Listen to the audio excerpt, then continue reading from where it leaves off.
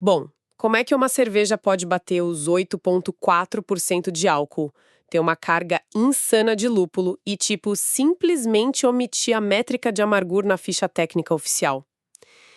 Hoje eu tô super animada com a nossa missão, que é destrinchar os dados de produção da Lumber Sexual da High Brewing para entender a engenharia por trás desse fenômeno. E o mais louco de olhar para esses dados é que a gente não está falando de um lote aleatório. Eu confesso que fiquei impressionado porque os registros confirmam que não é uma colaboração ou uma daquelas safras de edição limitada.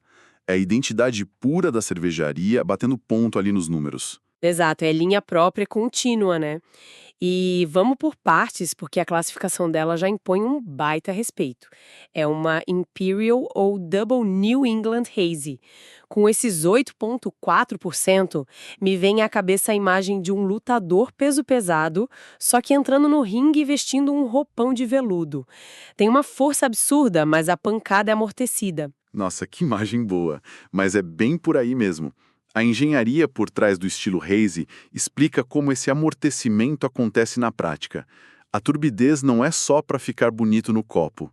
Tem a ver com a textura da bebida, certo? Com certeza. É o resultado direto de proteínas em suspensão. Geralmente, as cervejarias adicionam aveia e trigo.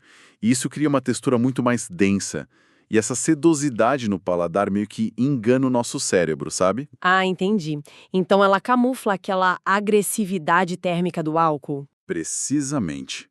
Entrega toda a estrutura pesada de uma Double Naipa, mas com a maciez de um suco de frutas. Mas é justamente aí que a ficha técnica começa a ficar um pouco suspeita para mim.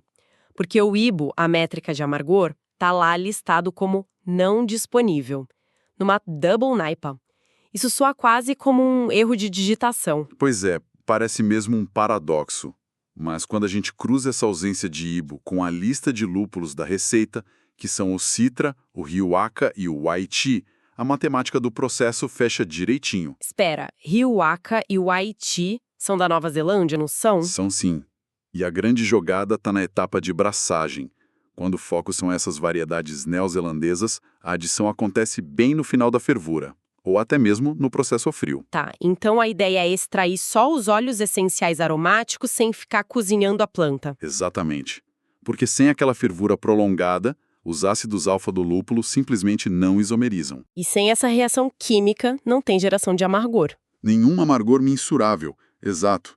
O perfil fica focado inteiramente naquelas notas cítricas de frutas tropicais suculentas. Medir o IBU aqui vira um exercício irrelevante, porque amargar a cerveja nunca foi o objetivo deles. Gente, mas isso torna a bebida quase perigosa, não acha? Pensa bem, com essa ausência de amargor e o gosto de suco tropical escondendo quase 9% de álcool, e olhando para os dados de consumo, isso fica muito claro. Sim, ela sustenta uma nota altíssima de 4,04, com mais de 8.100 avaliações.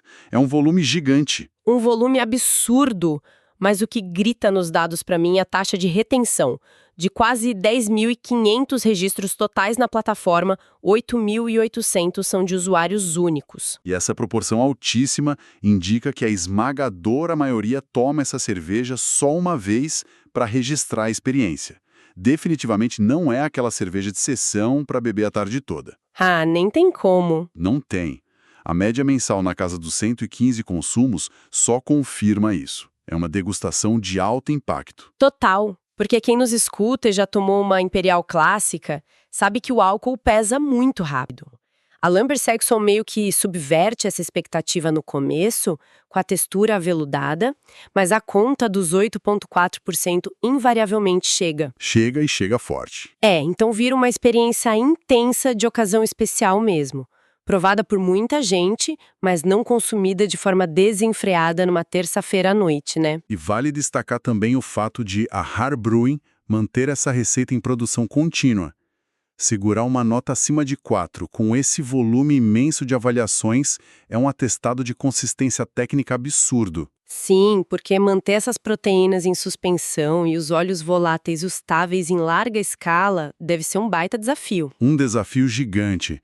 É a prova definitiva de que a percepção de potência e sabor na cerveja artesanal mudou drasticamente nos últimos anos. Bom, resumindo a engenharia da coisa, A Lumber Sexual pega essa base potente, turbinada com proteínas para criar aquele veludo no paladar, e usa lúpulos do outro lado do mundo em processos a frio para inundar o aroma, ignorando completamente o amargor tradicional. E o resultado é essa cerveja altamente celebrada que esconde tão bem a própria força. O que me deixa com um pensamento bem provocativo para fechar nossa conversa de hoje, com cervejarias manipulando proteínas e extração de óleos essenciais a frio para praticamente apagar o amargor da equação, será que a gente está caminhando para uma era em que as escalas clássicas, tipo o IBU, vão se tornar apenas fósseis obsoletos na produção de cerveja moderna?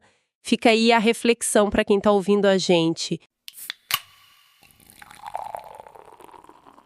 E assim chegamos ao final de mais um episódio do Beer Review, um podcast da Rare Beer Brasil. Aqui exploramos o universo das cervejas artesanais, com histórias, curiosidades e experiências que tornam cada gole especial. Beer Review, Rare Beer Brasil. Se você curtiu, siga o podcast na sua plataforma preferida para não perder nenhum episódio. Compartilhe com amigos que amam descobrir novos sabores e histórias. Beba menos, mas beba melhor. Até o próximo episódio e saúde!